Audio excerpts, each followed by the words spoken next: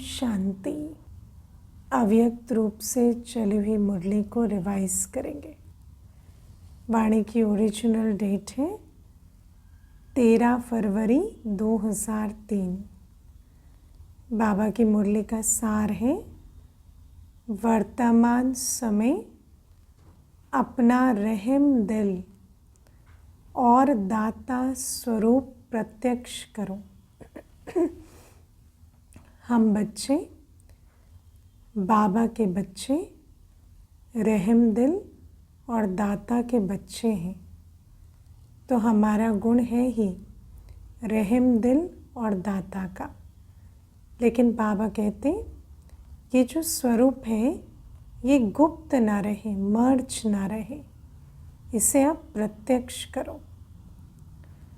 आज वरदाता बाप अपने ज्ञान दाता, शक्ति दाता, गुण दाता, परमात्मा संदेश वाहक बच्चों को देख रहे हैं। तो बाबा कहते मैं वरदाता हूँ और मेरे बच्चे ज्ञान दाता, गुण दाता, शक्ति दाता, परमात्मा संदेश वाहक है। हर एक बच्चा मास्टर दाता बन आत्माओं को बाप के समीप लाने के लिए दिल से प्रयत्न कर रहे हैं, क्योंकि बाबा से इतने खजाने लिए हैं।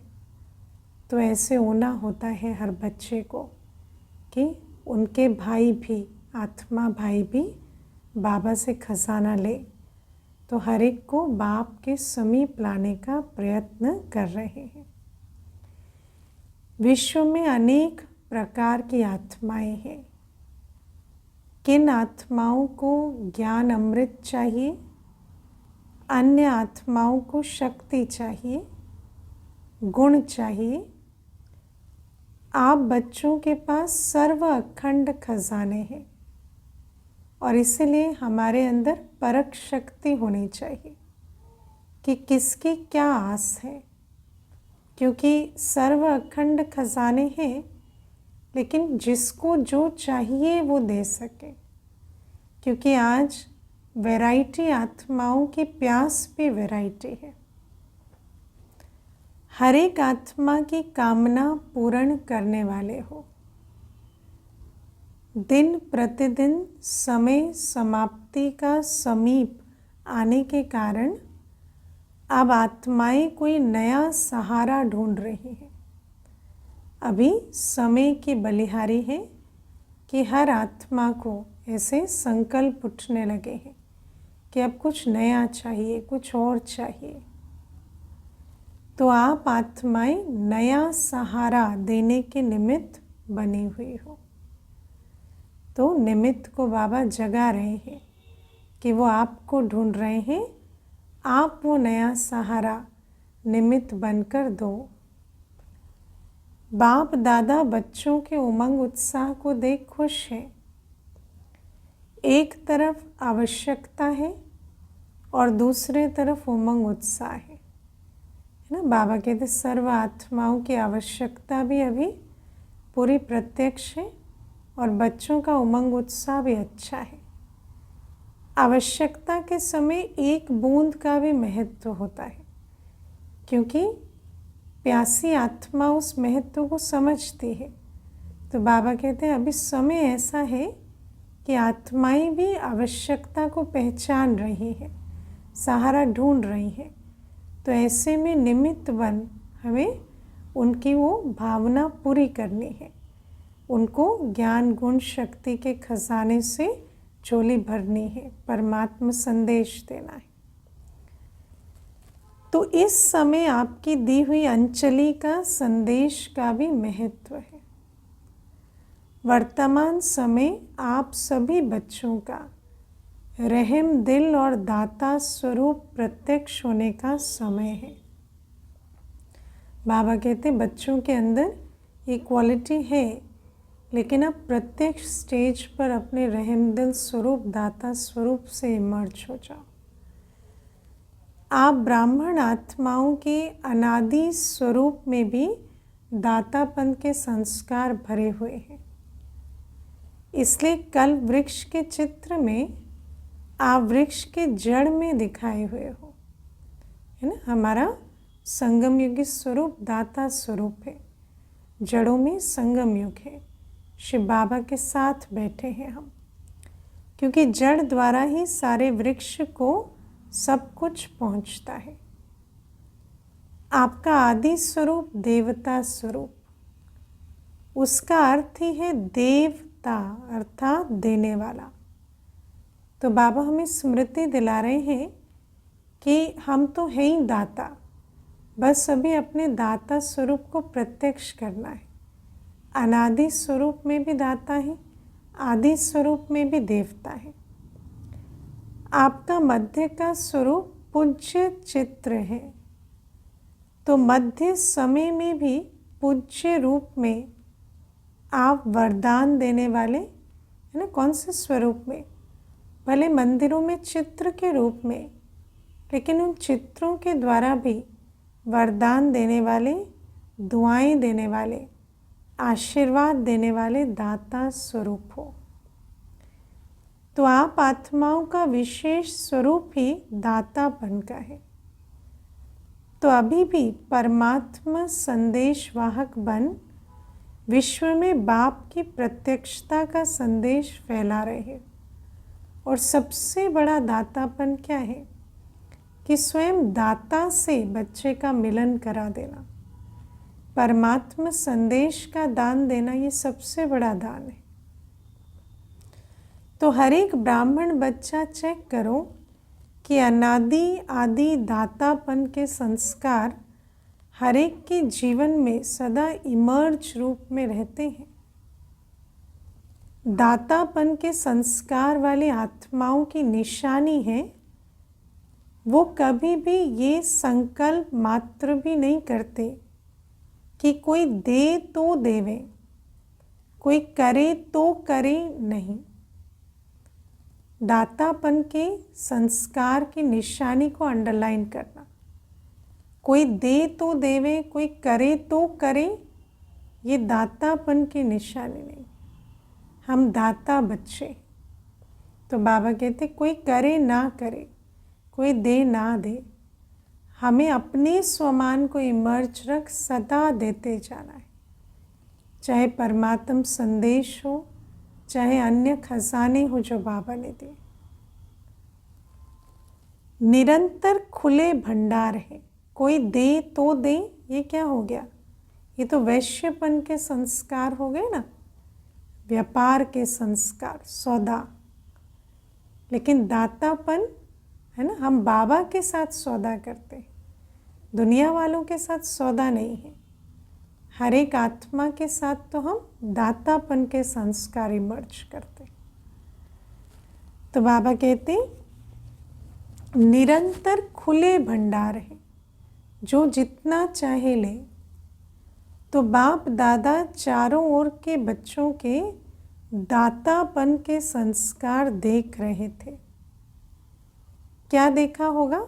अब बाबा चेक कर रहे हैं दातापन के संस्कार कितने इमर्ज हैं। तो क्या देखा होगा? नंबरवार तो है ही ना, सबके एक जैसे तो नहीं है। कभी भी ये संकल्प नहीं करो ये हो तो मैं भी ये करूं, है ना, ये हो, ये मिले तो मैं दूं, ये करे तो मैं करूं, ये बदले तो मैं बदलूं। बाबा चेक कर रहे कितने ये संस्कार हैं। दातापन के संस्कार वाले को सर्व तरफ से सहयोग स्वतः प्राप्त होता है। बाबा कहते ये भी रूहानी नियम है कि देने वाले को प्राप्त ना हो ऐसा नहीं होगा, लेकिन मांगकर प्राप्त करना और सहज प्राप्त करना, स्वतः प्राप्त करना, उसमें अंतर है। तो बाबा कहते जिसके दातापन के संस्कार है उसको स्वतः प्राप्त होता। न सिर्फ आत्माओं द्वारा, लेकिन प्रकृति भी समय प्रमाण सहयोगी बन जाती है। बाबा कहते सर्व तरफ से सहयोग की प्राप्ति हो, आत्माओं के द्वारा भी, प्रकृति के द्वारा भी। ये सूक्ष्म हिसाब है, ये भी सूक्ष्म हिसाब है कि जो दाता, जो सदा दाता बनता है, जो लेकर नहीं देता, सदा दाता बनता है, उस पुण्य का फल समय पर सहयोग, समय पर सफलता उस आत्मा को सहज प्राप्त होता है। जब सदा दाता स्वरूप में रहेंगे तो जब भी समय पर, जब भी आवश्यकता हुई, सहयोग की मिलेगा। इसलिए सदा दातापन के संस्कार इमर्ज रूप में रखो, इस सूक्ष्म हिसाब को याद रखो और सदा लेकर देने की भावना नहीं, सदा दातापन के संस्कार इमर्ज रूप में रखो। पुण्य का खाता 1 का 10 गुना फल देता है, तो सारे दिन में नोट करो, संकल्प द्वारा, वाणी द्वारा, संबंध संपर्क द्वारा पुण्य आत्मा बन पुण्य का खाता कितना जमा किया। संकल्पों में पुण्य आत्मा माना दाता वाली आत्मा, देने वाली आत्मा, संकल्पों के खजाने से कितना दाता बन दिया, वाणी से कितना परमात्म संदेश दिया, संबंध संपर्क में आते कितना गुणों की लेन देन की, सुख दिया, सुख लिया। तो बाबा कहते ऐसा पुण्य आत्मा बन पुण्य का खाता कितना जमा किया, ये चेक करो, है ना, ये अकाउंट रखो। मनसा सेवा भी पुण्य का खाता जमा करती है। वाणी द्वारा किसी कमज़ोर आत्मा को खुशी में लाना, सिर्फ ज्ञान नहीं, उमंग उत्साह के बोल भी किसी को खुशी में ले आते हैं। परेशान को शान की स्मृति में लाना, आत्मा दिल शिकस्त है, उसको स्वमान में स्थित करना। दिल शिकस्त आत्मा को अपनी वाणी द्वारा उमंग उत्साह में लाना। संबंध संपर्क से आत्मा को अपने श्रेष्ठ संग का रंग अनुभव कराना। इस विधि से पुण्य का खाता जमा कर सकते हो।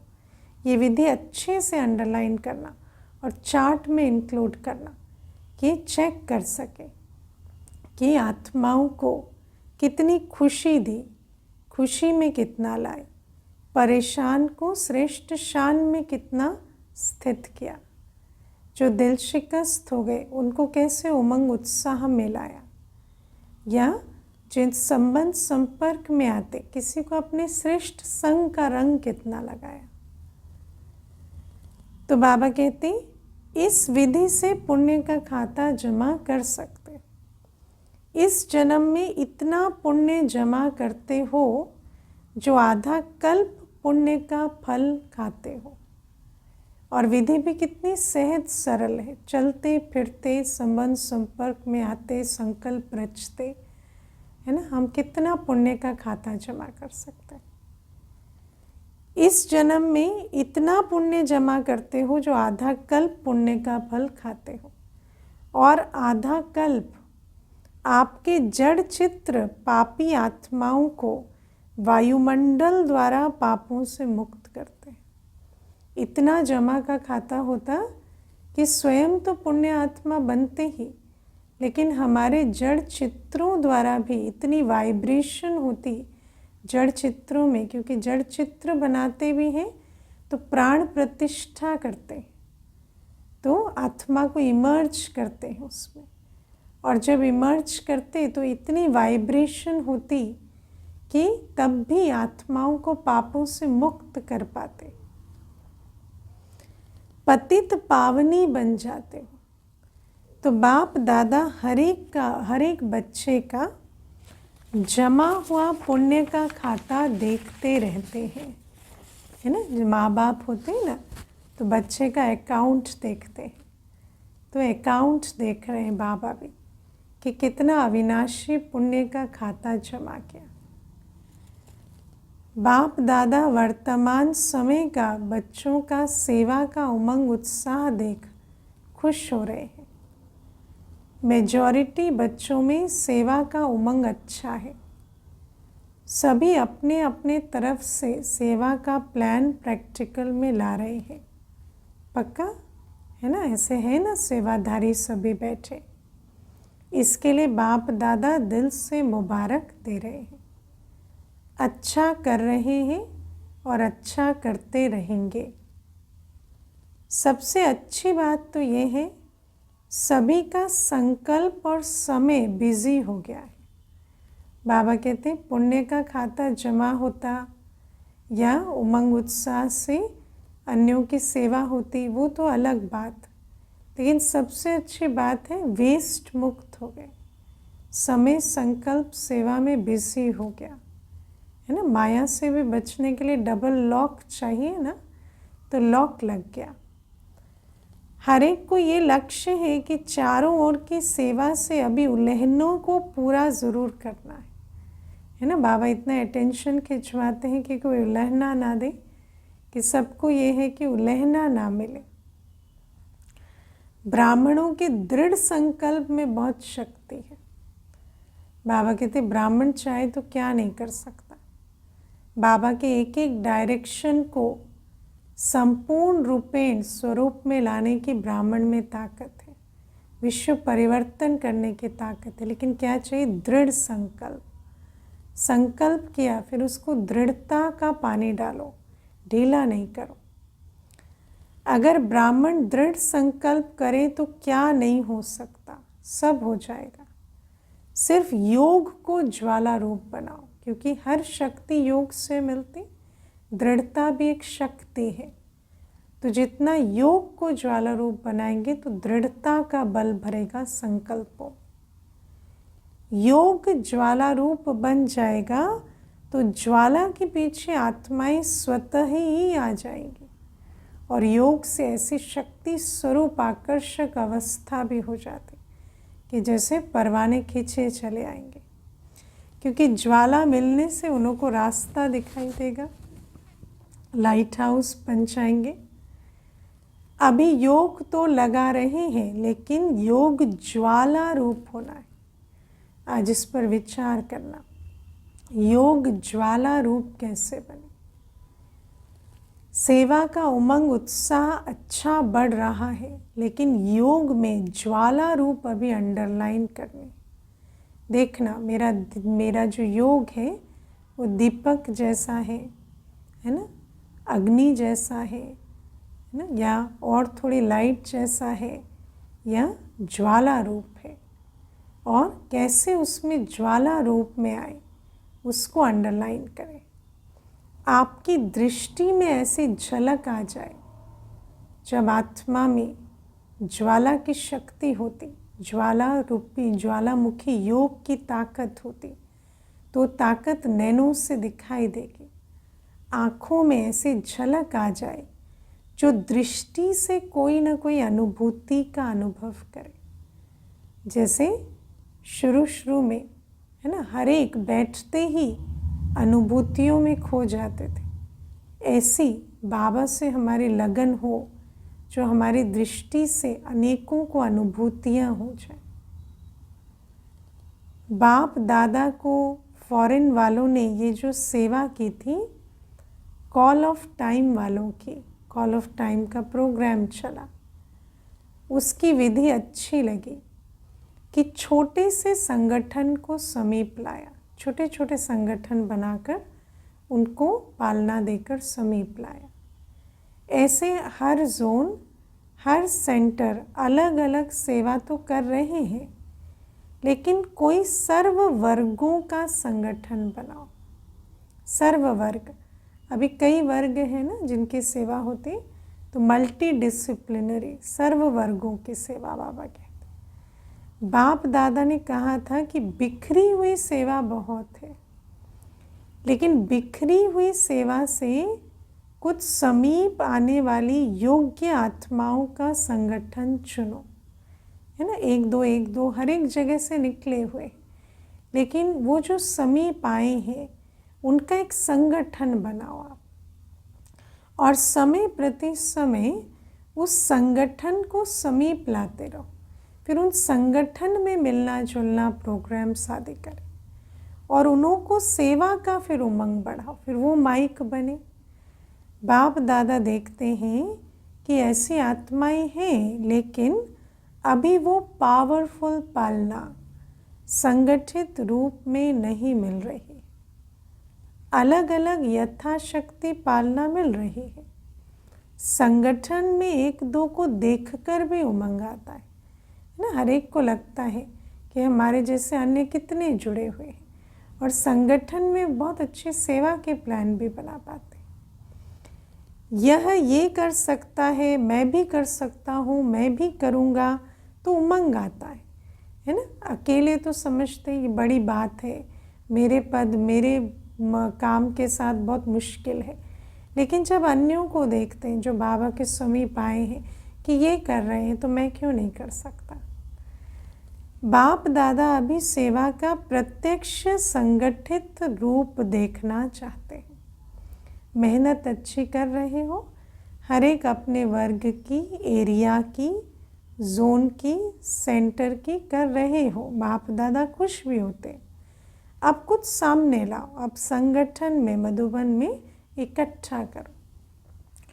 प्रवृत्ति वालों का भी उमंग बाप दादा के पास पहुंचता है, और डबल फॉरनर्स का भी डबल कार्य में रहते सेवा में स्वयं के पुरुषार्थ में उमंग अच्छा है, क्योंकि विदेशों में है ना जॉब भी होती और सेवा भी होती। तो बाबा कहते दोनों कार्यों में रहते सेवा का भी उमंग अच्छा है, पुरुषार्थ का। ये देख करके भी बाप दादा खुश है। ब्राह्मण आत्माएं वर्तमान वायुमंडल को देख विदेश में डरते तो नहीं है, कल क्या होगा, कल क्या होगा, ये तो नहीं सोचते हैं। सोचते हैं बाबा ने तो उत्तर दिया है ना, जहाँ भी रहेंगे बाबा के साथ रहेंगे। तो इसलिए बाबा कहते हैं ऐसे संकल्प तो नहीं चलते, क्योंकि वायुमंडल बिगड़ता है तो संस्कार क्या है, चिंता का, कि कल क्या होगा।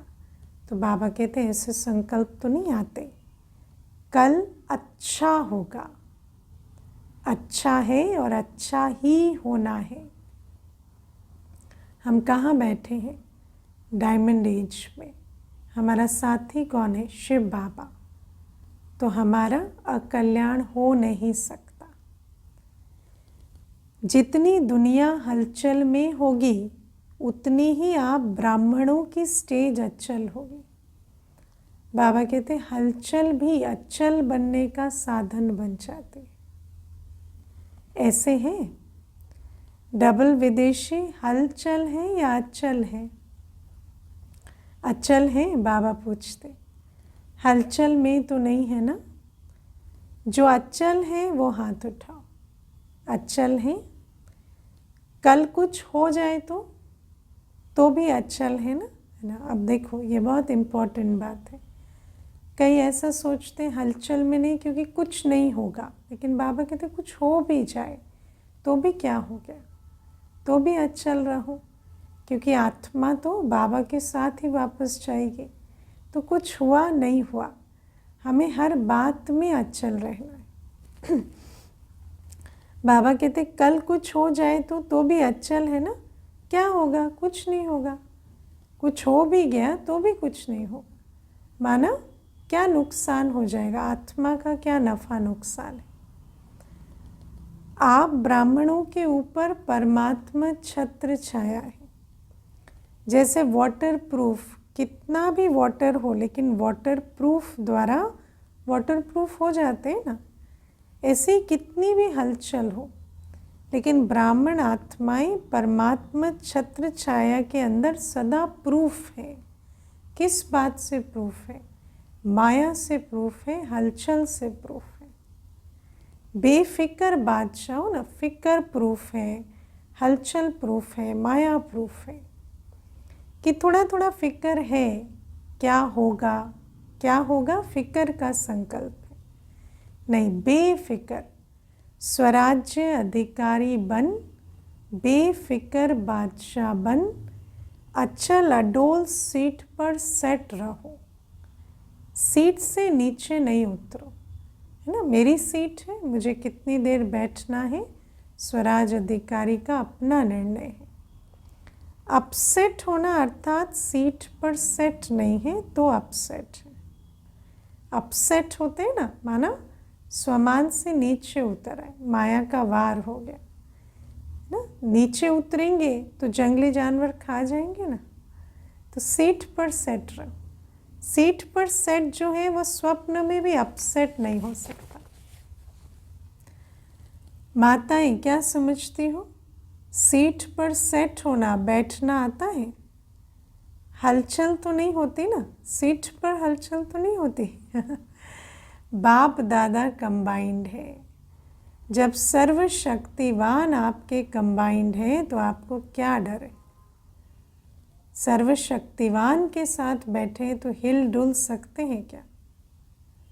अकेले समझेंगे तो हलचल में आएंगे, कंबाइंड रहेंगे तो कितनी भी हलचल हो लेकिन आप अचल रहेंगे। कितनी भी हलचल हो, किसके साथ बैठे? बाबा के साथ। तो सर्व शक्तियाँ हैं, बाबा उमंग उत्साह भर रहे हैं, हिम्मत दे रहे हैं, बाबा निश्चिंत बना रहे हैं, तो फिर अपसेट नहीं हो सकते। ठीक है माताएं, ठीक है ना। कंबाइंड है ना, अकेले तो नहीं। बाप की जिम्मेवारी है। अगर आप सीट पर सेट हो तो बाप की जिम्मेवारी है, इसको अंडरलाइन करना। मैं स्वमान की सीट पर हूँ तो फिर बाबा की जिम्मेवारी है मेरी अवस्था बनाना। लेकिन मुझे स्वमान की सीट से अगर मैं नीचे उतर जाऊँ, क्या होगा, कैसे होगा, ये ना हो जाए, वो ना हो जाए, मुझसे तो नहीं होता, मेरा तो पता नहीं क्या होगा, ऐसे संकल्प हम खुद ही चलाएं, पहला कदम हिम्मत का ही ना रखें तो मदद कैसे मिलेगी? अपसेट हो तो फिर आपकी जिम्मेवारी है।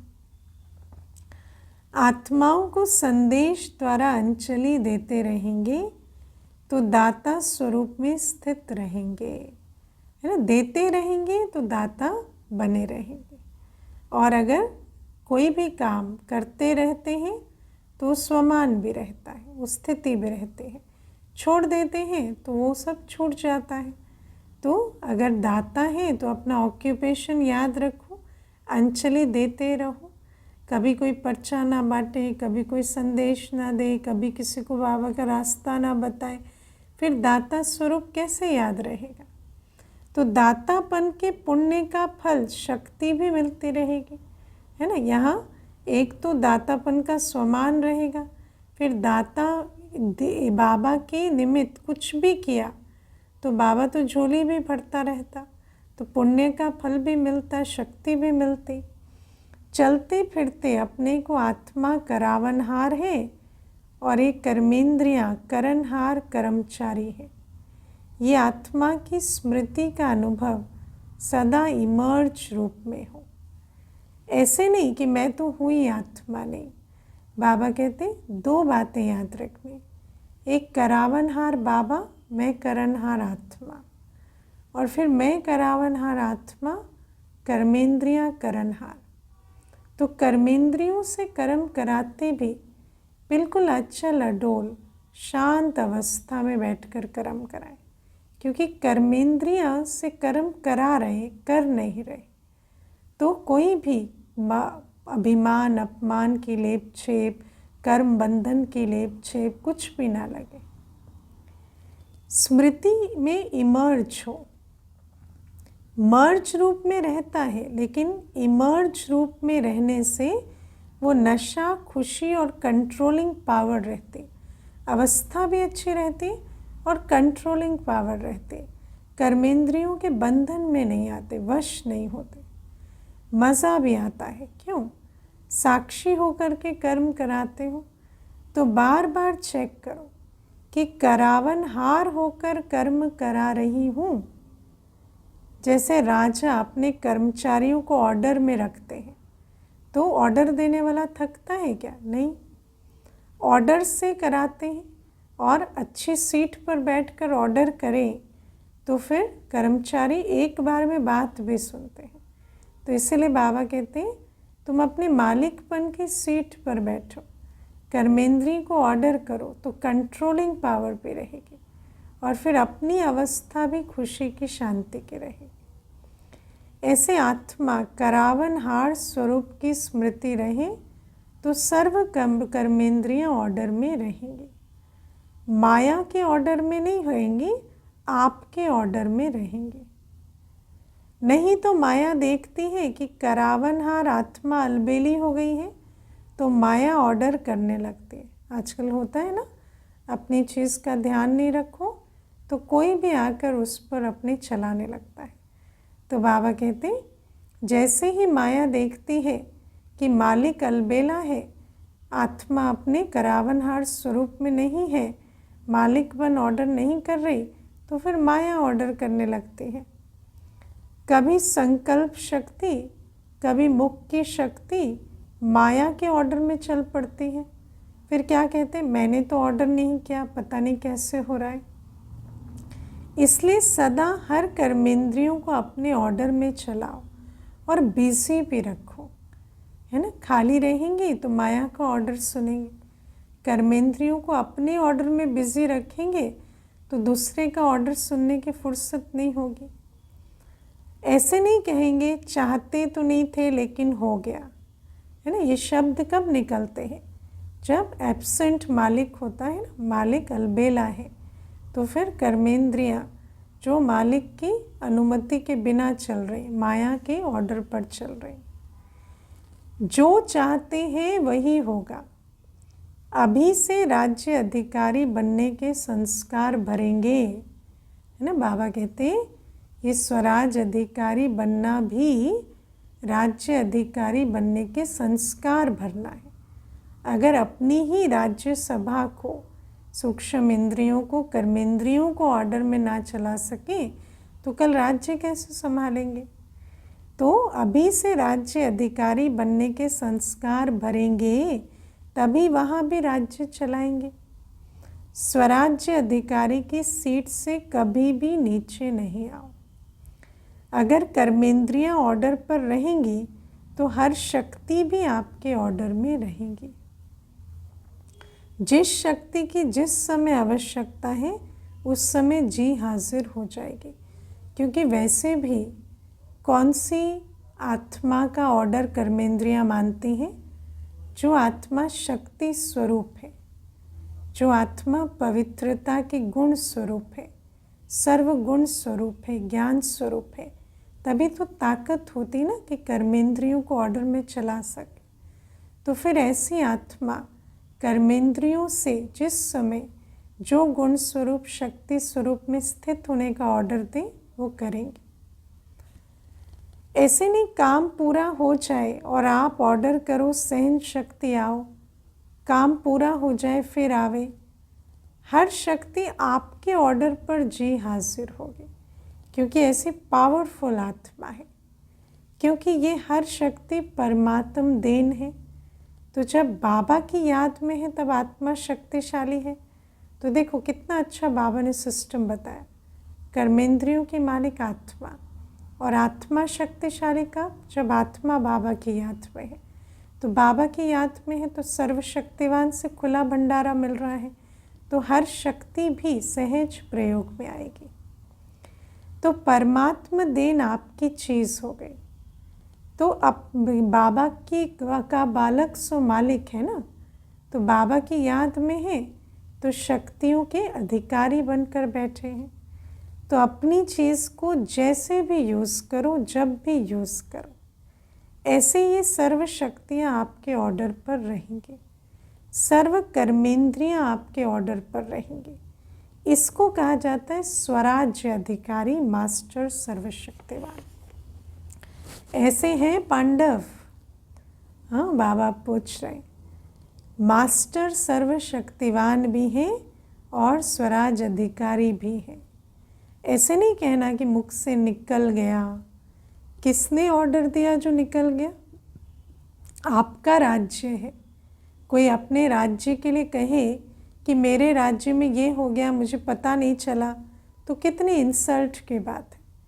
बाबा कहते हैं आपके राज्य में क्या हो रहा है उसकी जिम्मेवारी आप नहीं लेंगे तो कैसे होगा। देखना नहीं चाहते थे देख लिया, करना नहीं चाहते थे कर लिया, ये किसके ऑर्डर पर होता है? तो आपने अपना राज्य छोड़ दिया है क्या? इसको अधिकारी कहेंगे या अधीन कहेंगे? अधीन कैसा लगता है शब्द? अच्छा लगता है सुनने में। तो अधिकारी बनो, अधीन नहीं, है ना। अपनी हर कर्म की रिस्पॉन्सिबिलिटी, एक एक संकल्प भी मेरे ऑर्डर के बिना तो नहीं चलेगा ना। बाप दादा कहते हैं जैसे अभी मधुबन में सब बहुत बहुत खुश हो, मधुबन में तो बहुत खुश रहते हैं, है ना। बाबा का घर है, बाबा की पालना है, बाबा की मुरली है, बाबा का ब्रह्मा भोजन है, बाबा की इतनी सुंदर व्यवस्था है वाइब्रेशन से भरी हुई, तो खुश खुश रहते हैं ना। ऐसे ही सदा खुश आबाद रहना। बाबा कहते मधुबन से भरना और खुश रहना भी और खुशी फैलाना भी। रूहे गुलाब है, बाबा हमें क्या टाइटल दे रहे हैं? रूहे गुलाब। देखो चारों ओर देखो, सभी रूहे गुलाब, खिले हुए गुलाब है, मुरझाए हुए नहीं, खिले हुए गुलाब है। तो सदा ऐसे ही खुश नसीब और खुशनुमा चेहरे में रहना, है ना। यहाँ तो है ही मधुबन में, लेकिन सदा रहना। कोई आपके चेहरे को देखे तो आपसे पूछे क्या मिला है आपको, बड़े खुश हो। हर एक का चेहरा बाप का परिचय दे। बाबा कहते चेहरा बोर्ड बन जाए, जैसे चित्र परिचय देते हैं ना, ऐसे आपका चेहरा बाप का परिचय दे कि बाप मिला है। अच्छा, सब ठीक है? बाबा पूछते। विदेश वाले भी पहुंच गए हैं, अच्छा लगता है ना। मोहिनी बहन न्यूयॉर्क, चलो हालचाल सुनने से तो बच गई, है ना, कि विदेश का हालचाल।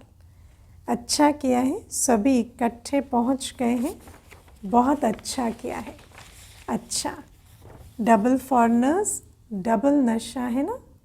कहो इतना नशा है जो दिल कहता है कि अगर है तो हम डबल विदेशी, कोई है तो हम ही हैं। हाँ, डबल नशा है, स्वराज अधिकारी सो विश्व राज अधिकारी। डबल नशा है ना, वर्तमान का भी बहुत नशा, भविष्य का भी डबल नशा, वर्तमान और भविष्य का नशा सदा रहे। बाप दादा को भी अच्छा लगता है। अगर किसी भी ग्रुप में डबल विदेशी नहीं होते हैं तो अच्छा नहीं लगता है। विश्व का पिता है ना, तो विश्व के चाहिए ना, बाबा को सारे वैरायटी बगीचा चाहिए, सामने सब चाहिए। माता ही नहीं हो तो भी रौनक नहीं, पांडव नहीं हो तो भी रौनक कम हो जाती है। देखो जिस सेंटर पर कोई पांडव नहीं हो, सिर्फ माताएं हो तो अच्छा लगेगा नहीं, और सिर्फ पांडव हो, शक्तियाँ ही ना हो तो भी सेवा केंद्र का श्रृंगार नहीं लगता। दोनों चाहिए, बच्चे भी चाहिए। बच्चे कहते हैं हमारा नाम क्यों नहीं लिया? नहीं नहीं, बच्चे भी चाहिए सेंटर पर भी, बाबा के पास भी बच्चों की भी रौनक है। अच्छा, सभी एक सेकंड में निराकारी आत्मा बन निराकारी बाप की याद में लवलीन हो जाओ। बाबा ने ड्रिल कराई। अब बाबा कहते दादियों से सेवा के साथ सब तरफ 108 घंटे योग के भी अच्छे प्रोग्राम चल रहे हैं। तो 108 घंटे के योग के प्रोग्राम चल रहे हैं सेवाओं के साथ। इस योग ज्वाला से ही विनाश ज्वाला फोर्स में आएगी। बाबा ने राज बताया। अभी देखो बनाते हैं प्रोग्राम, फिर सोच में पड़ जाते हैं। योग से विकर्म विनाश होंगे, पाप कर्म का बोझ भस्म होगा, सेवा से पुण्य का खाता जमा होगा। इसलिए दोनों का बैलेंस चाहिए।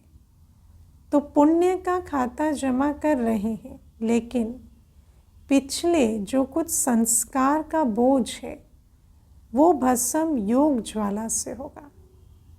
योग भी ज्वालामुखी योग, साधारण योग से नहीं होगा। तो बाबा कहते नया पुण्य का खाता तो जमा कर रहे हैं, पर पुराने संस्कारों का किचड़ा भी भस्म करना पड़े तो योग का भी अग्नि रूप हो, ज्वाला रूप हो। अभी क्या है, योग तो लगाते हैं लेकिन पाप भस्म होने का ज्वाला रूप नहीं है, इसलिए थोड़ा टाइम खत्म होता है फिर निकल आता है, क्योंकि जला है, भस्म नहीं हुआ। तो इसलिए भस्म नहीं हुआ तो फिर जैसे रावण का एक सिर काटते फिर उठ जाता ना, ऐसे हो जाता है। इसलिए रावण को देखो, मारते हैं, जलाते हैं, फिर हड्डियां भी पानी में डाल देते हैं। तो उसके लिए ऐसा योग चाहिए, बिल्कुल भस्म हो जाए। पिछले संस्कार, कमज़ोर संस्कार बिल्कुल भस्म हो जाए। भस्म नहीं हुए हैं, है ना, कोई ये ना समझे हो गए हैं।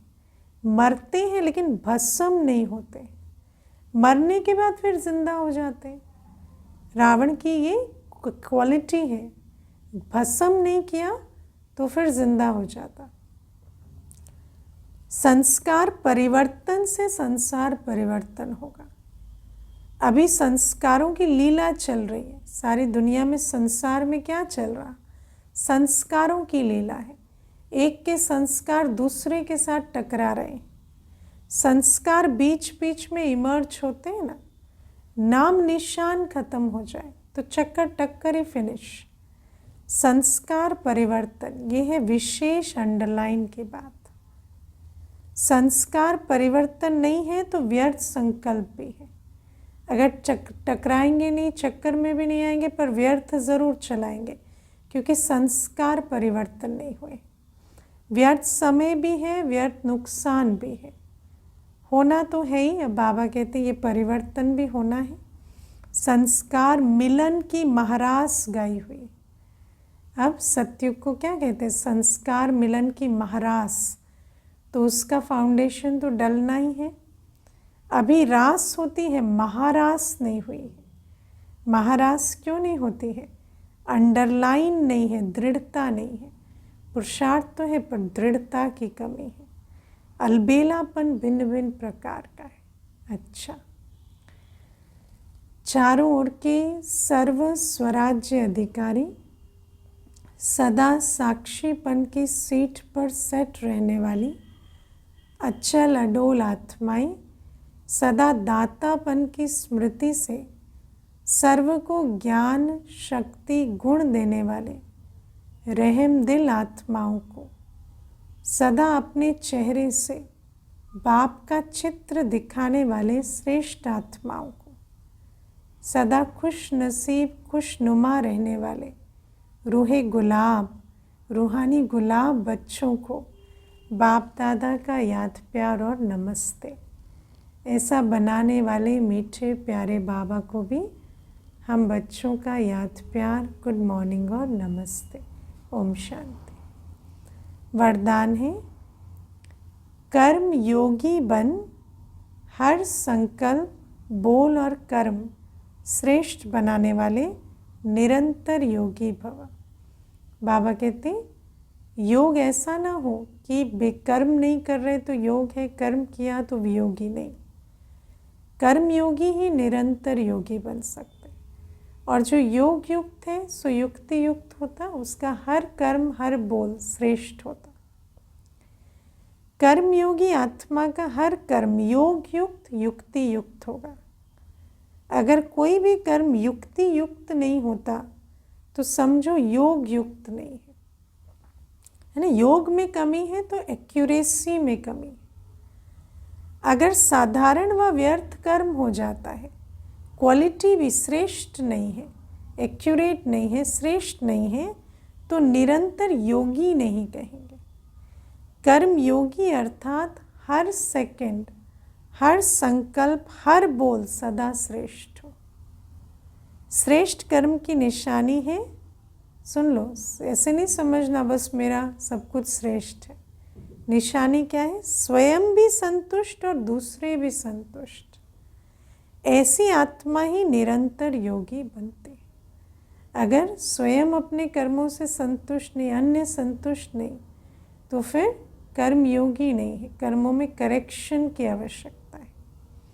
स्लोगन है स्वयं प्रिय, लोकप्रिय और प्रभु प्रिय आत्मा ही वरदानी मूर्त है, क्योंकि हम वही दे सकते जिसका हम स्वरूप हैं। तो जो स्वयं प्रिय, लोकप्रिय और बाबा के प्रिय होते, उनको सर्व की दुआएं मिलती, बाबा की दुआएं मिलती, और ऐसे वरदानों से झोली भरते स्वयं कैसे बन जाते? वरदानी मूर्त। अच्छा, आज के अव्यक्त इशारे सुनेंगे।